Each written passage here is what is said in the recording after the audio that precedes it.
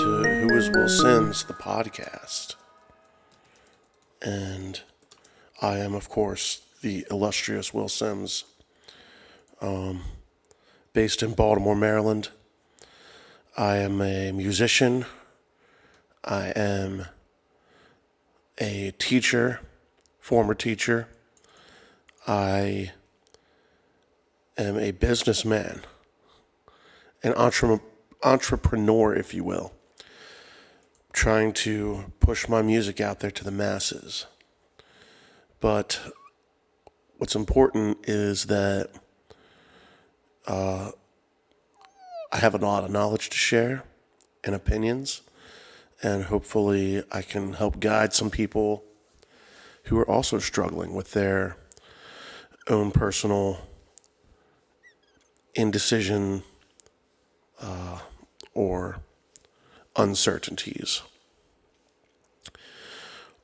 So, what's this podcast about? I'm going to talk about things I like talking about. Movies, TV shows, video games, music. I'll open up about some personal struggles. I'll talk about what I've got going on in my life.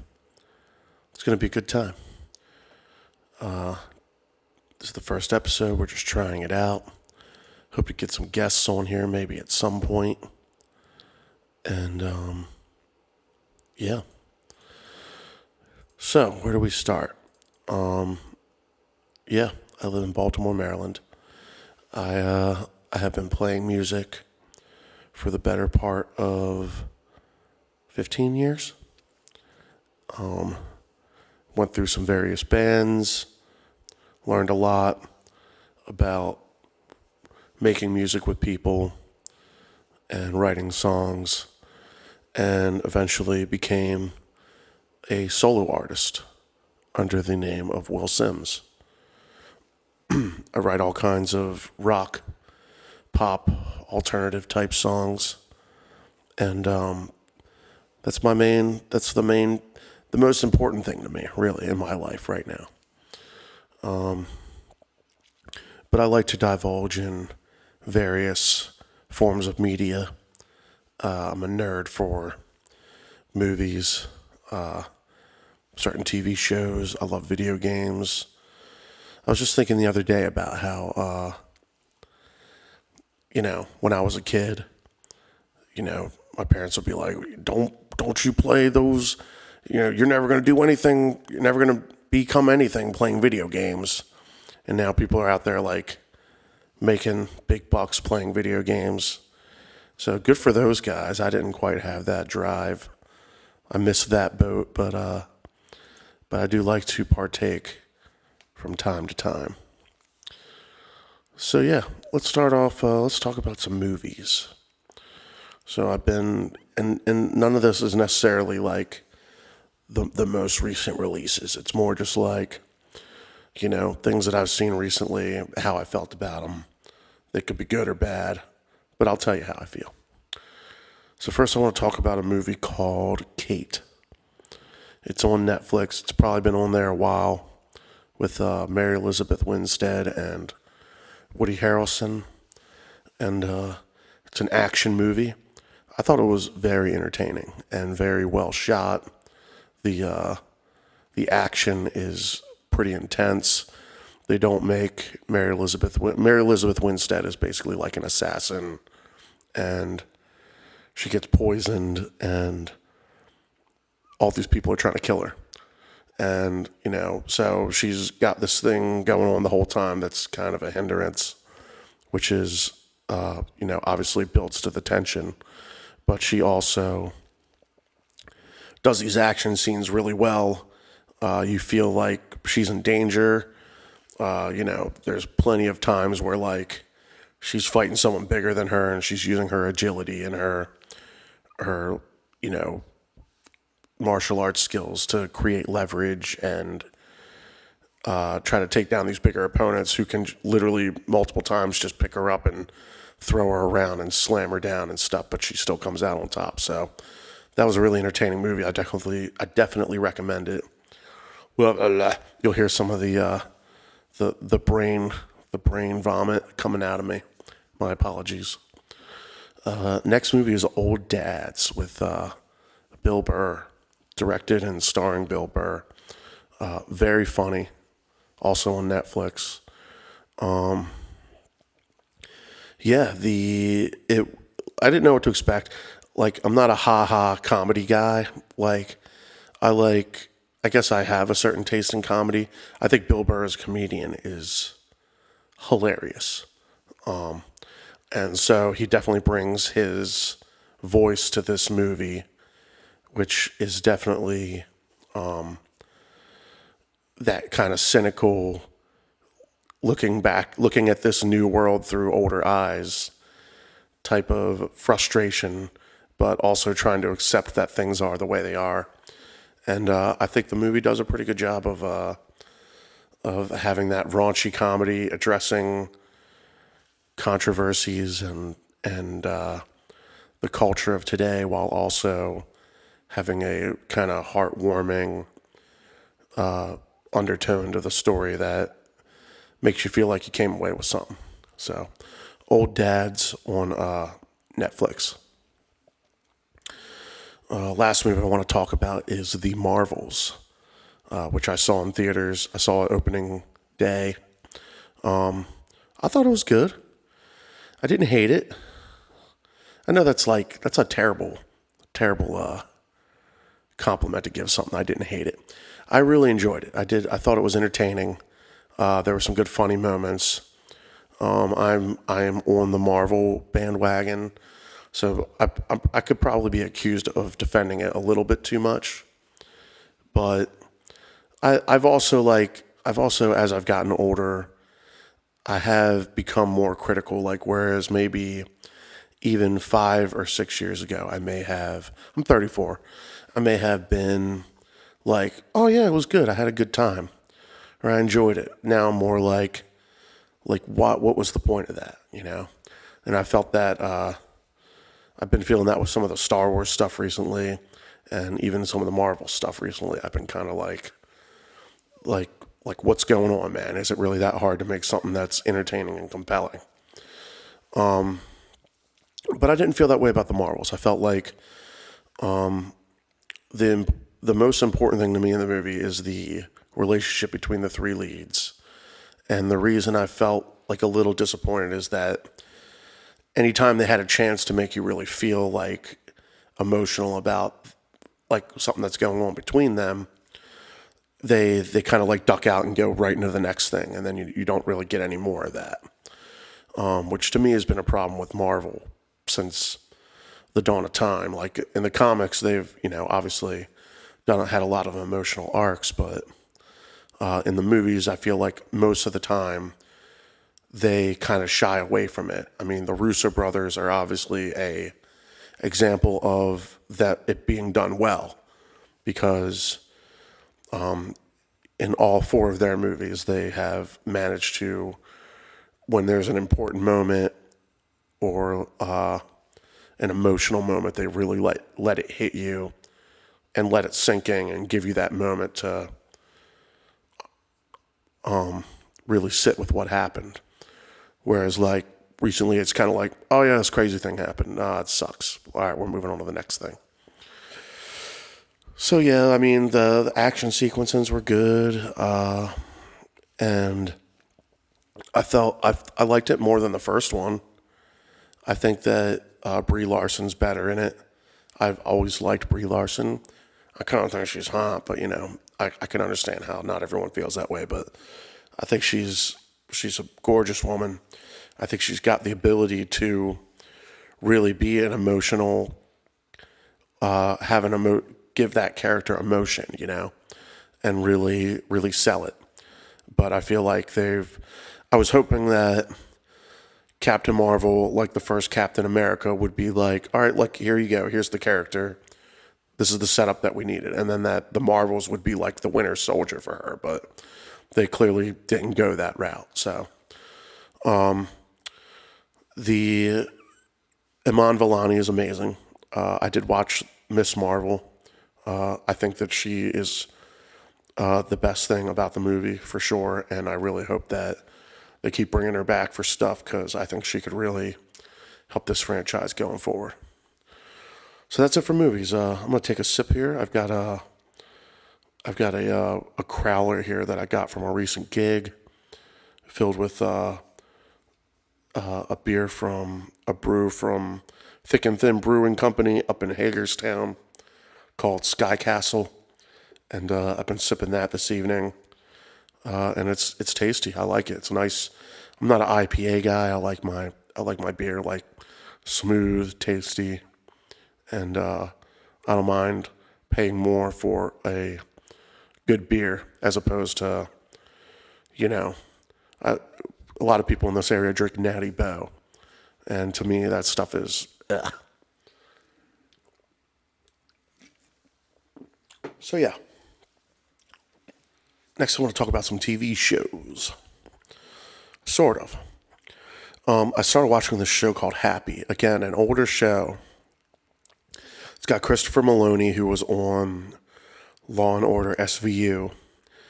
And again, it's one of them things I remember seeing when it came out and thinking like, oh, that looks really interesting.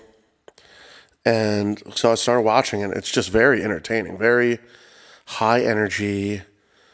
Christopher Maloney delivering one-liners like a boss. Patton Oswalt is this like 3D like CGI little unicorn thing that's kind of his sidekick. And yeah, if you're into like Die Hard type of action movies where everything's a little over the top, this is definitely the show for you. There's just like crazy martial arts fights and over the top action showdowns where, you know, Christopher Maloney's looking at some bad guy and the bad guy's talking trash. They're building up to this big showdown, and then like the guy gets hit by like a van or something, and there's no fight, and you just kind of laugh at it. But definitely recommend it. A lot of family themes involved in the show, so it's got a little bit of that emotional edge to it. About halfway through the first season, so I look forward to. I think there's only 2 seasons, so look forward to checking that out. Now I grew up on Cartoon Network, and every day I would come home from school and I could not wait to watch Dragon Ball Z. And you know, I've seen the whole show. I've seen like most of GT, most of it that matters. It's really hard to watch that show. I don't know why. There's just something about the way it was made it's very hard to digest. But I haven't seen a lot of Dragon Ball. I think I've seen like most of the beginning of it. I don't know why. I think it's just one of those. It's like a harder show to find. I know it's on like Hulu and stuff, but yeah, Dragon Ball Z was my main jam. And I did see all of Super. Super's amazing. I was actually talking with someone today about how anime is a thing that's like becoming like this kind of mainstream. Like my aunt was telling me the other day how they were watching Attack on Titan, and I was like, "You guys are watching Attack on Titan?" Like I didn't even I've never seen the show, but I know it's an anime, and I'm kind of like, I'll just hear about how like people I know are like, "Yeah, I'm watching anime. I'm watching this anime." So it's cool that it's becoming this kind of this main thing that's kind of making its way into our culture, this accepted thing. It's another thing that, like, when I was a kid, like, those cartoons are stupid, don't watch them, you know? My parents didn't really say that kind of stuff, but, you know, it's just like that's kind of like how a lot of people view it. They think of it as, like, it's a cartoon, there's not really anything to get out of it. It's like, but no, most good cartoons have good messages, and, you know, Dragon Ball Z always gave me that mentality of don't give up, always try your best, always push yourself to be better. Even if you think you're the best, you can always go higher. You know, Goku was always a very forgiving person, always respected that. So there's a lot of great themes in that show. Well, I started watching Dragon Ball Z Abridged, which is a YouTube series, and it's basically a parody. Sadly, it's not really endorsed by the makers of the show.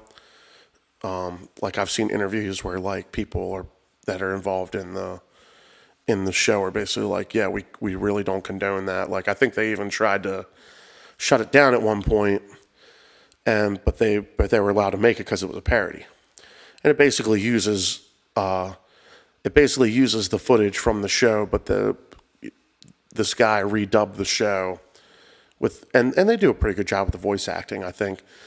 But they rewrite the script. The story is basically the same, but it's infused with a lot more comedy, a lot more meta humor, a lot more adult humor, and it's really funny. Like I've watched like I think the first 15 or 20 episodes, and just laughing out loud at the jokes being made.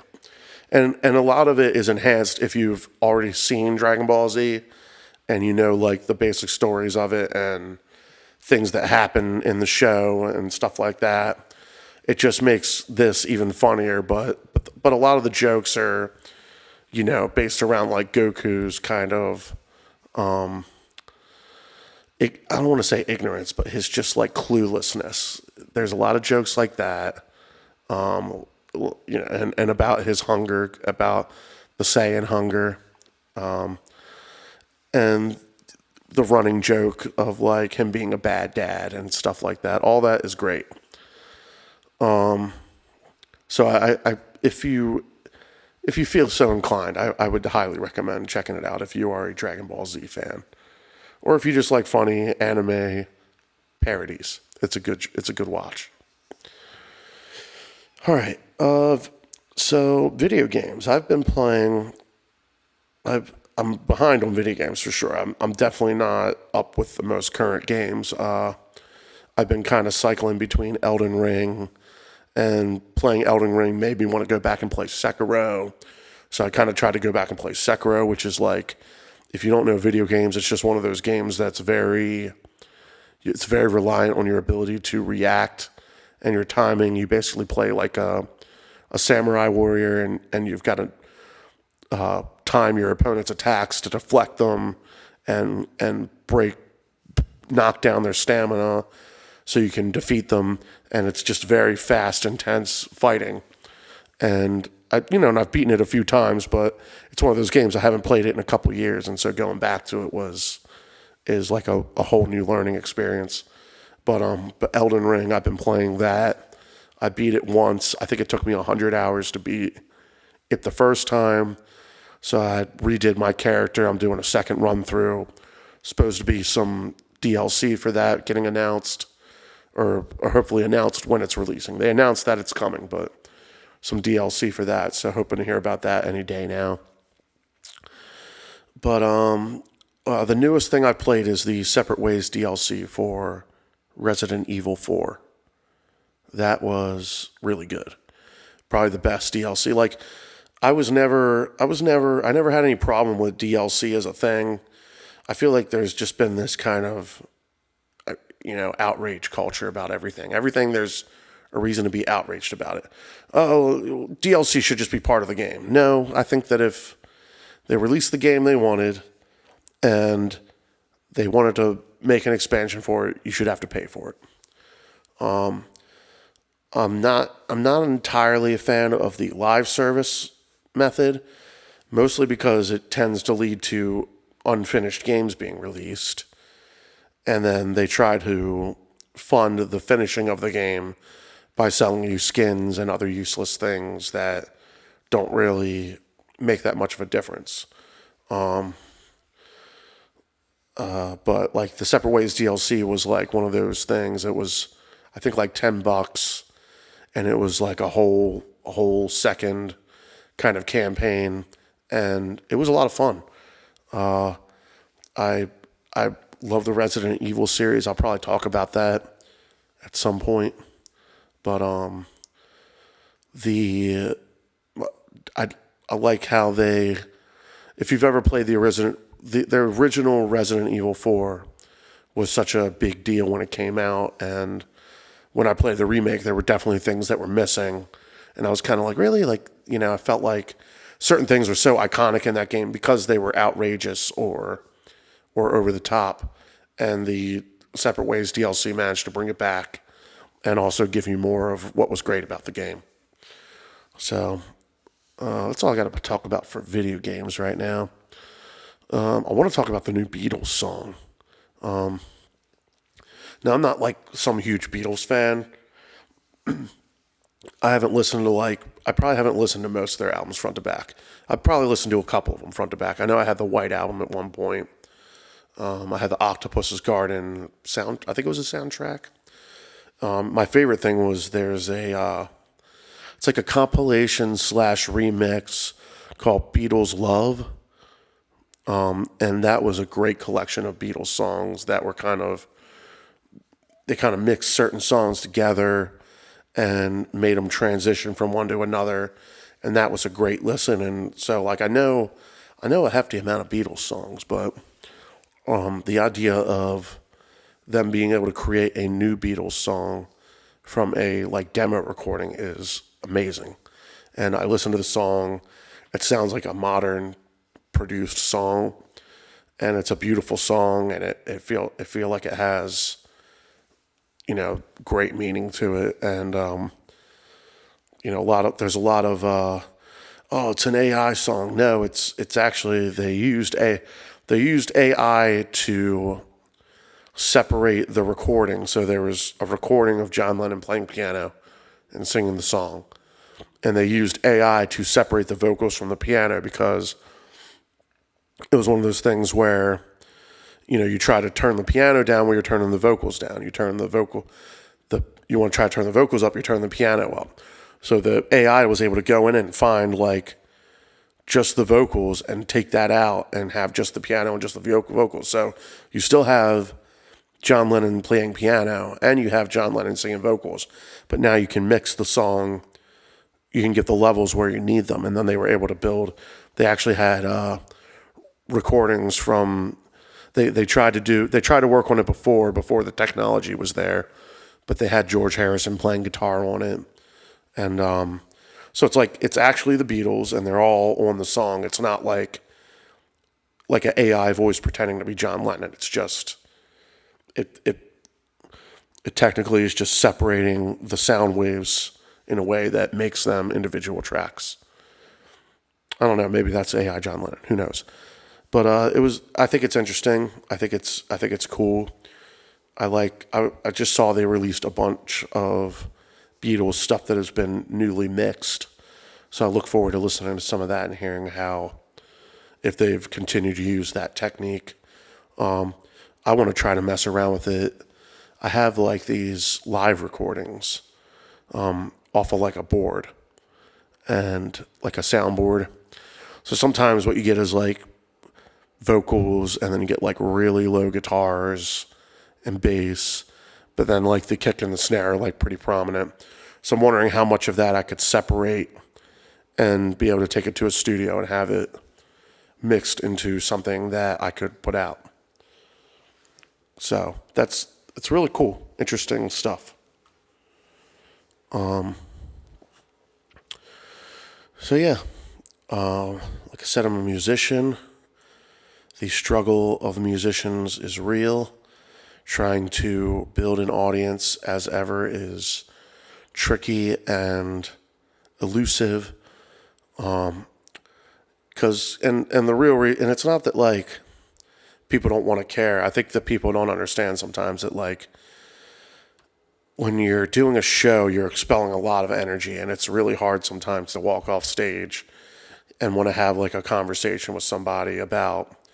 And most people don't even know what to ask. Like, if you're listening and you don't know what to say to a musician if you really like them, don't say anything.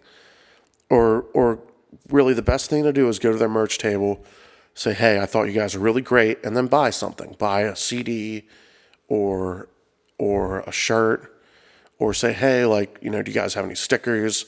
I'll put it on my car, or I put them on my guitar case, so I try to show them off at gigs. But just something like that. Say, hey, I want something to remember you by, or, I'll listen to you guys on Spotify, whatever you can do to be supportive, and that's really what most musicians want, I think. Most of us are terrible at social communication anyway. You tell them, most people, some of them, they go, great show. And I'm just like, thank you so much. And I don't really know where to take it from there. Sometimes I ask what their favorite song was, and everyone just seems really confused by that question. So yeah, but that's the main struggle. I work a full-time job. I work in the event industry, so I help with getting equipment to events, and that's a fun, interesting job. I learn a lot about equipment that's used in, live shows, video screens, cameras, sound equipment, lighting, all the good stuff. Very interesting stuff. And then on the weekends, I'm out playing gigs, and I've been pushing myself hard the past couple years, but I kind of hit a brick wall recently. I feel like I'm struggling with exhaustion and being able to continue the lifestyle that I've had going on. Music is still the most important thing to me. I really can't give that up. It's just a part of me, and I need to be able to express myself in that way. And but I'm hoping this year to go see some doctors and just kind of make sure I'm okay, and able to keep doing what I do. I just played a few gigs recently. I played at this place, Pariah Brewing Company. It's located in Baltimore. And, we had a full band set up. Me, Isaac Krapf on guitar. He's got his own band. They're called Krapf now. I'll put their name in the description of the podcast episode. And, he played guitar for me. Came out, learned a bunch of my songs, did a bunch of covers. It was a good time. My buddy Chris Cornwell on bass, and Kurt Spies on drums, and we just had a really good time. And a bunch of people came out I wasn't expecting. Good guy Mike, he used to see me at Fishhead Cantina all the time. My friend Kelsey came out. She brought a friend. So thank you all for your support at that gig. Hoping to be back there more next year, so we appreciate your support. And then I also played this place called The Horse You Came In On, which is in Fells Point. And it's the oldest saloon in America, which is really cool. A lot of people come there for, tourist reasons. Like when they're in town, they come and visit it. And it's cool, they got the swinging doors in the front, and it's kind of got that old-timey feel. Fells Point is kind of like they kind of treat it like a historic district. The old, kind of bumpy roads and stuff, but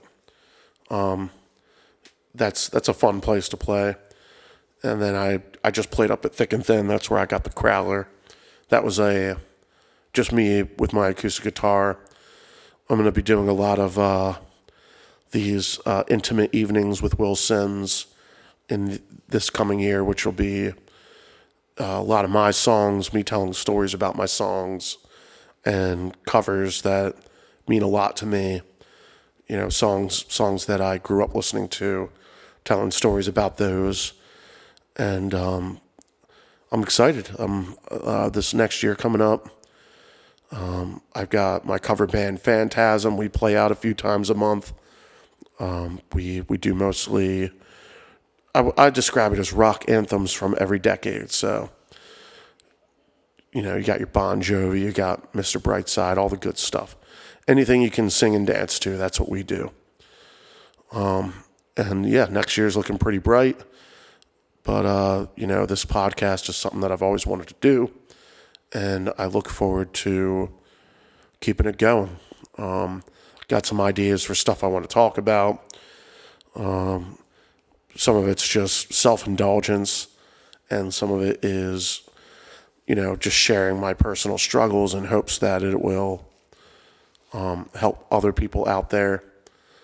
And, just trying to build a community of people that appreciate art in its different forms, whether it's just for the entertainment value or for its deeper connection that it gives you. And hopefully you don't hate the sound of my voice. If you've gotten this far, I'd like to think you can handle it. For me, it's this weird thing. Like, I hate my talking voice. Like, just sitting here talking. The idea of me sitting here talking is like irritating to me. But I'm also egotistical enough that, like, I know I want to do this, and it's been weighing in my brain for a while. It's kind of like when I started singing. Like, I didn't when I joined a band, I didn't plan to be a singer, but I'm glad that it kind of turned out that way. And I do really appreciate my singing voice.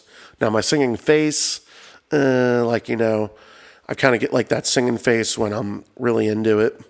When you get those pictures back from the show and you're like, oh, I don't like that face. But every now and then I get a good one that I like. So that's going to wrap it up for this one. I'll not entirely sure if I'm going to keep doing this structure or try some other structures. I definitely want to get guests on. So if you listen to this and you're like, hey, I'll come on, shoot me a message. www.whoiswillsims.com. That's my main website for my music. I'm sure I've also got a blog up there where I talk about my music, my songs, their meanings, how they were recorded, this, that, the other, mostly related to my music. And I'm sure I'll be doing a lot of cool stuff over here. So thank you for listening. Thank you for listening. And this is Will Sims out.